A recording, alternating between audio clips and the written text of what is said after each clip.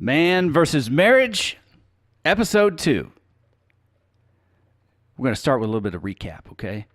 All right, Rita. So I thought it was necessary, coming into Episode 2 to kind of recap what we talked about before, because it's always great to give information, to give homework, and then like if the guys listening are anything like me, they're going to take all the information they learned and they're going to go try to throw it on everybody. Right. So, this is a public service announcement for Man versus Marriage. All right, guys, check it out. We gave you some really great tools to start developing yourself, okay? Number one, great. Take the tools. Apply them to you, okay? Apply them to what you do. Make yourself like a prototype and start testing them out, okay? If you get into the habit of, like me, I'll listen to some new some cutting-edge ketogenic information, and I'll try to go right there. I'll just run over to my wife. I'll start giving her the download of all the information, and then she looks at me like with that deer in the headlights look, like, why are you even telling me this? So I think what's important is to take what we gave last episode and start to apply that to yourself. Figure out what that looks like for you before you go out and try and get your friends or your kids or your wife. You kind of just, I don't know. You know how you learn something new and now you think you know everything, and then you kind of go out and vomit it all over everybody. Okay, well, maybe that's just me, but that's how I do it, because I love to coach and teach and train and inspire people. Right. But I've learned there's a whole lot of maturity that comes along when you go, hey, I'm going to see how this works for me. I'm going to test this out for me. So instead of the next time my wife and I get in an argument, I'm not going to shout at her, hey, stop fighting to be right. Start fighting for what's right. Okay, well, I have to take that myself, see what that looks like before I share that, or before I try to cast or thrust that upon her, if you know what I'm saying. So I just thought it would be really important for us to put that disclaimer out there, if you will. Don't take this advice, or don't take the homework or the tools we're giving you and immediately trying to run out and impose those tools on other people. Start at home. Start inside. Start working with yourself. That's great advice. Thank you. Yes. Great advice. Okay. All right. Well, let's get into a bit of a recap. I want to make sure that I thought I didn't really catch it when you said it during the show as much, but after the show, I kind of put out a couple of your Rita-isms before you got to them in your notes. So I was very proud of myself as your willing Padawan, Jedi of marriage. So I just wanted to have you recap a little bit about last episode, and then we can kind of start working into what we're going to talk about today. Okay. Last episode, looking back, it is, when you come to that understanding of taking responsibility, it is such a willingness on your part. I know when you were sharing your story about you coming the first time to come sit down and coach with me, there was such a willingness and openness to listen to what had to be said, to take what it was that I was giving you and really applying it. If you're listening to these podcasts and you're hearing things, sometimes it's so hard to stop and take responsibility because you are so hurt. And what we tend to do when we're hurt is what I was sharing with you earlier, is that we become the victim. Yeah. So whenever we become the victim of our circumstances, the victim of whatever it is that has happened to us in our marriage, then what happens is we have the inability to take responsibility, because all we're doing is pointing fingers. It's he who made me do this, or it's she who made me do this, or it's because of this and because of that. So then we just pretty much throw the victim card out there, and we're not willing to come out of that identity that we've personally taken on as being the victim of whatever. Like I said at the last episode, I don't know everybody's situation. I don't know everybody's story or journey, and I want to be sensitive to that. But in the same token, truth is truth. Right. And that's what it is that I want to portray, and that's what it is that I want to get out there, is to see truth. Yes. And it's to see it in the light of what it is and how it is that you see, and let's just have a conversation in regards to that. So that, just going back from the last episode, is just really checking yourself to see, am I throwing that victim card down? Because if you are, you won't take responsibility for anything, and it will always be someone else's fault, and you will always be stuck in the same situation. It would just be a different day, a different year, but it's the same story. So as a guy, it's hard to even admit out loud that we could be a victim. We're too tough for that. Right. We're just way too tough. If I'm going to say I'm a victim, I have to give you my man card. I got to give it away. Right. Because there's no strength in being a victim. Mm-hmm. So if my question would be, and my question is this, if we can come up with it here in the minute, because we're not rehearsing the show. No. When we lay this down, we're laying it down. What are some reactions, if this question is not too hard, or some sayings or thoughts or reactions, if you will, when a man is acting like a victim? Now, he may not know it, but he's acting like a victim. So how do we identify that, I guess I would say?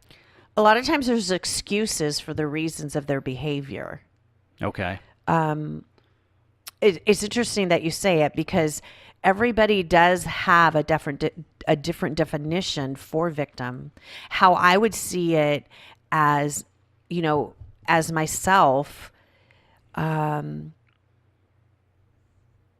think it's played out differently because women are more emotionally wired. Men are more analytical. So when you're saying playing the victim, it just comes out a little bit differently as a woman would be voicing it versus how a man would be voicing it. Okay. So even though you might say, okay, that's really tough for a guy to say, or admit that he's a victim, there might be other behaviors that he's doing it, or other behaviors that are coming out that are showing, okay, he's being a victim to a circumstance. A lot of times it's not talking. It's playing the, I'm not going to talk about this. We're not going to discuss this. It's disengaging from the whole conversation of, okay, what's going on in your marriage? Got it.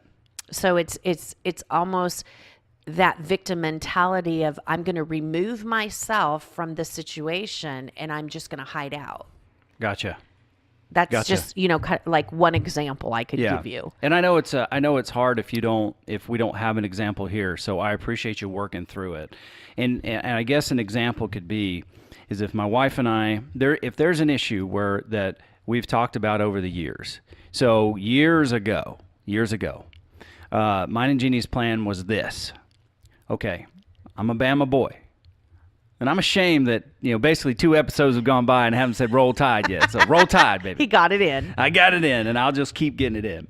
So here's what happened with our marriage in the beginning. We were going to get married in California and then immediately move to Alabama. Uh-huh. That was our thing. That was where we were going to go. I made some terrible jokes about my wife because we didn't. We actually went to another set of counseling about this issue. And we sat in front of a pastor, and he said this. He said, and this affected me. I'm just thinking now, I acted like a victim. Oh, my gosh, it's all so clear to me. You just have a different way of going about it. True. So here's what happened, okay? She wouldn't move. She wouldn't move. And I'm like, I'm such a concrete guy. It's like, hey, am I going to have to move to Alabama without you? Because you said we were moving to Alabama. You said this. Right. She's not allowed to change her mind, right? I mean, right. So we sat in front of this pastor, and he said, okay, Quincy, let me get this straight. You want to take a girl who's grown up here her whole life. Her closest relationship is her mother. And you want to move her to a place where she knows nobody. She doesn't know anybody. And you expected her to follow through with that? And I'm the kind of guy that's, what I'm telling you is, I'm like, yeah. He looked me straight in the eyes and said, "Are you stupid or something?" And I was like, really? This is, you can't see, it's not a video podcast, but this is my face. I thought to myself, yeah, I'm stupid for believing the woman I'm marrying. Right. I was just young and didn't get it. So here's me being a victim. Okay, I totally get this. Hopefully I'm not wrong, but if I am, who cares? Anytime the subject of Alabama would come up, I would make fun of it. I would make fun of my wife and say, well, we can't move to Alabama because your mama's umbilical cord can't stretch that far. Ooh. And that was me retaliating. Yes. In every argument was surrounded by not moving to Alabama. Right. And that was my way to lash out or to strike her because I was being a victim over it. Exactly. And I would say, we lived at like K and Division. I'm like, man, your mama's umbilical cord only stretches from L8 and 30th West to K and Division. Oh my! That's all we can get. And so I get it now. That's a prime example of how everything we argued about, the basis was we didn't move to Alabama. You did this to me. Mm-hmm. Holy cow. Yep. It comes out just in different forms. It comes out in different, you guys should see, if you could only see Quincy's right now. Too bad this isn't video. It's like he's having this moment with himself right now. It comes out in different ways. I think sometimes we have filters of how we see a victim, and a victim could be somebody who is, I don't want to be insensitive, but like someone who was beat up, someone who was viciously attacked. Yeah. These are different filters that we would have as what we would say to be a victim. Someone who got robbed. They came into their home and robbed them. There's just this stereotype of what we have as a definition for victim, instead of looking at that the circumstances of what it is that you're walking through has victimized you. Yeah. And your behavior, the words you use, the way you treat people is all around that of I've been done wrong. Yeah. So when you do have that attitude, when you do have that behavior, what you've allowed yourself and what you have done is you've disempowered yourself. Like you've taken this point of being disempowered and you're saying, I'm a victim of my circumstances. I'm disempowered. I can't do anything about it. So woe is me. Yeah. Instead of looking at it and asking yourself, how can I allow myself to be empowered in this moment that isn't very uplifting, that, it's like a really low point in my life, and how am I going to find this empowerment that I can take from this and really grow from it and really expand myself in this. Yeah. And it's really trying to find something somewhere that would empower you to rise above the circumstances, to rise above being the victim of it. Right. Because what happens is, and this is my own experience, and I have to stop qualifying all these things, saying it's my experience, it's this, it's that. It is what it is. But if you don't confront these places where, yeah, you are a victim or you've got pain, it basically dominates your attitude towards the other people around you. Absolutely. Not to mention how you treat and think about yourself. Yes. Because it's so clear to me now. Thank God my wife loves me enough and we're still together. Because that's a painful thing. I mean, it had to be horrible for her to commit to something that was so big, and she knew how big it was to me. I don't think she swindled me. I think she fully believed that hey, I'm going to get married and then I'm going to move to Alabama. Right. And then she just couldn't go through with it. So instead of being a soft place to land for her and working on, trying to work through that, I hammered her over it. So I was making her feel just as bad as I felt. Exactly. That's what a victim does. Because I felt betrayed by that. And I was young, immature, whatever it is. But it's an aha moment for me now. Right. And I hope by sharing, all the stupid things I've done in my marriage, there's plenty of great things that I've done that I'll be able to point to, but it's only through making the choice of the personal responsibility that we talked about. Right. It's only through making that choice and that decision that I do have good things to talk about. And like I say, maybe, hey guy, listen, dude, broham. Maybe your marriage is not good, but it's kind of crappy. You know what I mean? Maybe you're starting it crappy. The great thing is you can only go up from here. That's right. You can only go up from here, but it ain't going to happen unless you commit to starting to change yourself. And you don't have to broadcast it. When you're really in the thick of it, people are going to come to you and say, what's going on? What's different about you? It takes time, but you got to be committed to that. Because my thing is, I decided at some point, I just wanted to become a better man. Right. I was a pretty good guy already. I know I was a pretty good guy because I was around some guys that were crappy. So I'd say, well, and you kind of look at it and say, well, I'm not as crappy as that guy. But I wanted to be a better man. And in order to do that, I had to fix some things going on in me that I didn't know that were there. They had to be identified. Right. One of my biggest sayings right now is awareness can be used as a weapon for good, or it can be used as a weapon for bad, whether it's against you or other people. And when I became aware that it was possible for me to change the way I thought and who I was, and that I could actually be a better man, I could be a better husband, a better father, a better employee, a better friend, I exploded in that because, Right. And it was a great explosion. Because when the dust settled, I saw what I had to work with, and it's a constant thing. It's like, if I'm up here saying I've got it all figured out, if anybody says I've got this marriage thing figured out, don't slap them in the mouth. Just walk away.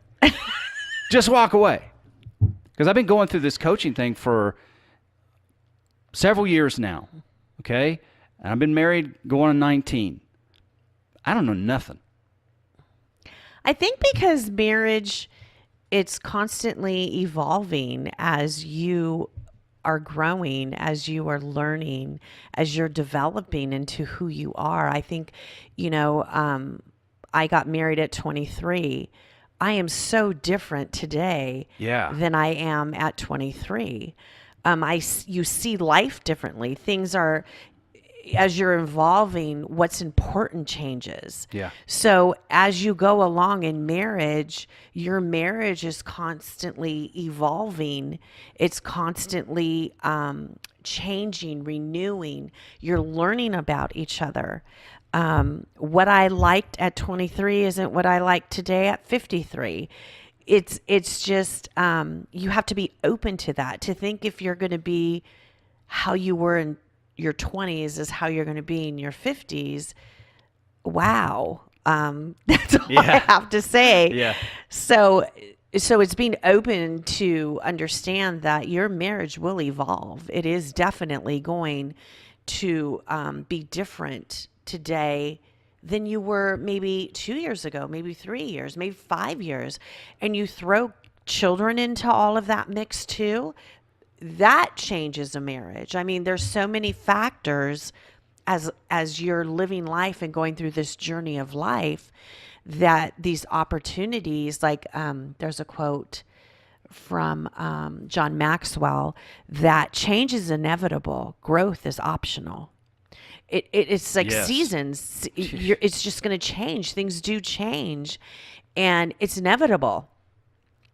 But for us to grow, in order for us to grow, we just have to be open to it and wanting to. True. And I think you make a great point, because and correct me if I'm wrong, in one way or another, your marriage is going to change. Yes. It's going to evolve. And you'll either get farther apart or you'll get closer together. I don't think there's any just remaining the same. Right. Because like you said, you're not the same person that you were. No. So unless you take that personal responsibility and you become intentional with what you do in your relationships and your marriage, chances are you're growing apart. And that is not where I wanted to find myself. Right. I did not want to find myself. I didn't sign up in this marriage. You know, people would say all the time, because I'm a fun person, they would say, you must be the best dad ever. You are so much fun. And I had to look at myself and say, no, I'm really not a lot of fun. And we'll get into the reasons why I wasn't so fun later on, but I just wasn't fun. And really it was because I was out chasing other things, looking for approval and accomplishments in the wrong place. Right. So I hijacked this episode because we weren't supposed to go this direction, but I feel like it's been necessary for us to talk about this because, you know, you can drop bombs, but you got to go back after the dust settles and see where you're at. So it's like, look, we gave some heavy advice, right? In the last show there towards the end, we gave some heavy advice. You say something, she starts to snarl or cry or whatever that reaction is, stop everything. What'd you hear me say?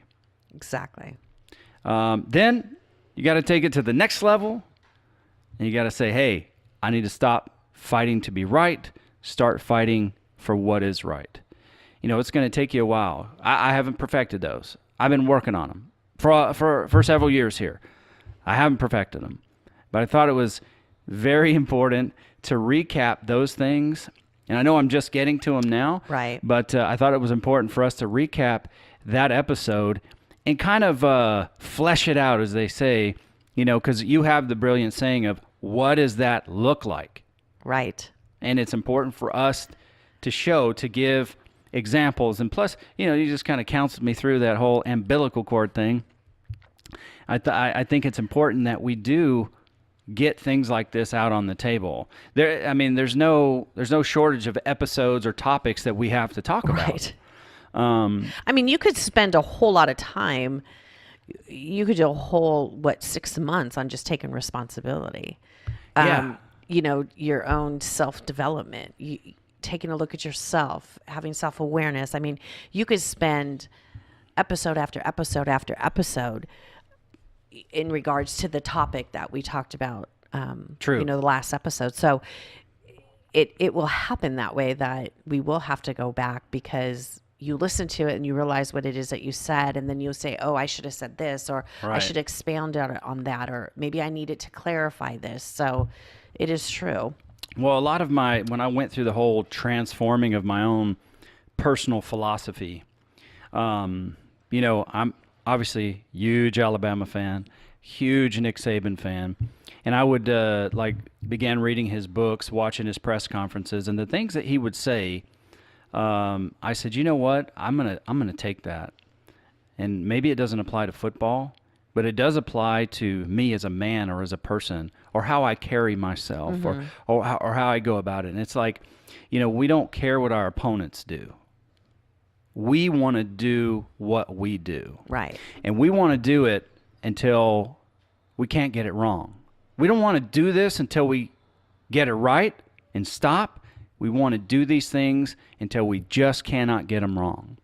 And some of those pieces of that philosophy from Nick Saban, I took them and started to weave them in, and I made my own changes. I critiqued them and got them to the point where it would help me as a guy, as a husband, as a father, be intentional about how I live and operate, how I treat other people. And that's the way I want to get with these things. You know, when my wife and I are in a heated argument like we were yesterday, I don't want to spend a ton of time analyzing. I want to spend a ton of time listening and formulating a response instead of reacting to her. Right. Because she doesn't see things my way. No. Yeah. I don't want to fight for you to see it my way. What I want to do is for us to be free to express how we feel, get it all out on the table. What's the deal breaker here? What's going on? Let's get it all out so we can come to an agreement. Right. And we can move forward in this process. And there's some times where it's like, okay, we got to stop here because we're not making progress. And I'm so frustrated. I want to rip my eyeballs out. So let's pause and let's come back to it.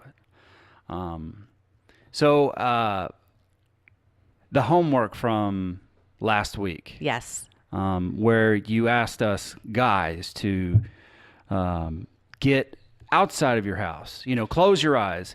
Can you revisit that a little bit? Sure. Sweet. Let's do it. Did you have questions about it? I mean, was it something that you felt that needed to be elaborated a little bit more? Or you just want me to dig in a little bit deeper? Yeah, maybe just dig in a little bit deeper. Maybe you got some guys that heard episode 1 but didn't buy in. Okay. And I'm not necessarily asking you to sell them on it, but to just kind of revisit it because we've unloaded a lot of stuff on them in this episode. Mm-hmm. And I want to kind of refresh them a little bit and how to take the information from episode 1, now episode 2, and maybe kind of revisit that exercise. Okay. Is that okay if we revisit it? Yeah. But how I will do it, I'll use myself as an example. Perfect. Hopefully, that might help.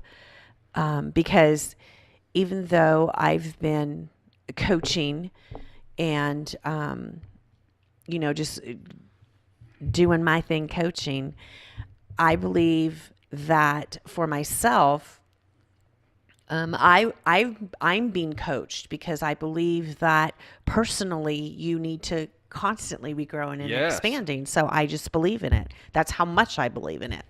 So that was a while back. I want to say at least, 8 years, 9 years back.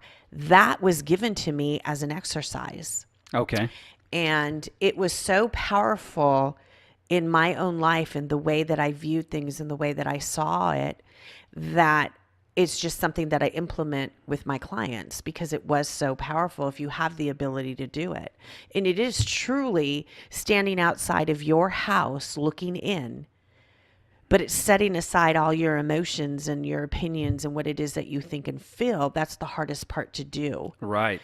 And you, like I said last time, is that you might have to do it a couple times in order to get comfortable with doing that, is setting your whole thought process aside.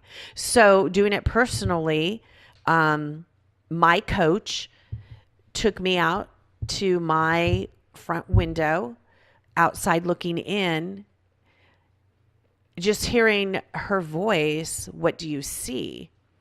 So the minute that I opened my eyes, what I saw was selfishness within our home.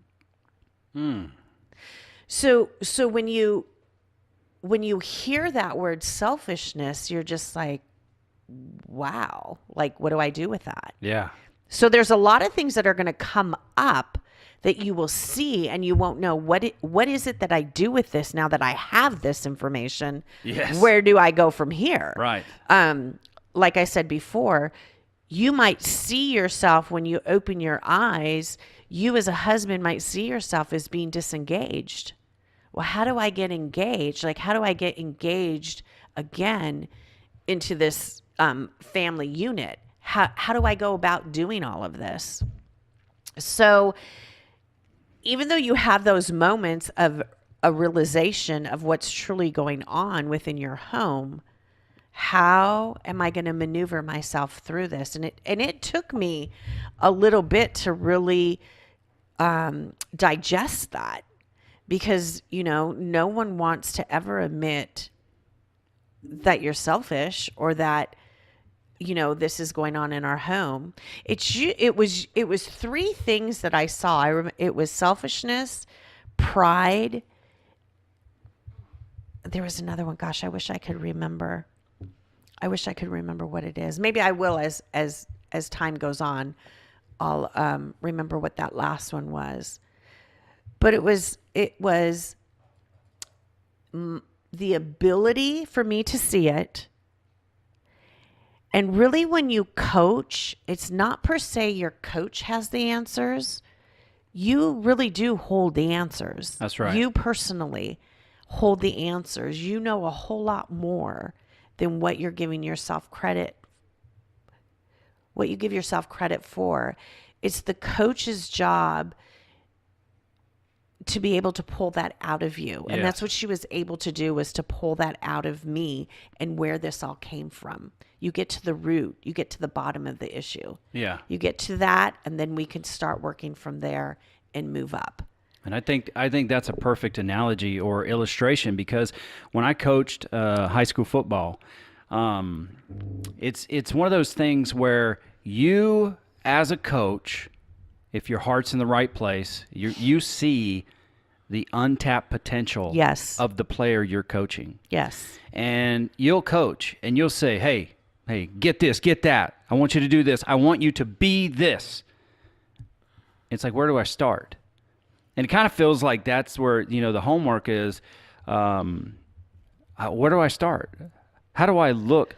If you get there, you just imagine your front door. Just start with that. If you can start by seeing your front door like you're looking into your house, that's a place you can hold on to that. Mm-hmm. And then you can start to see, where am I in this family? Right. And try not to use your imagination to curb it to where you want it to be, but be open enough to deal with reality. True. And where you are, because unless you can live in that area of truth, like Bill says all the time, and you too, truth don't have feelings. Mm-mm. It don't have feelings. It just is.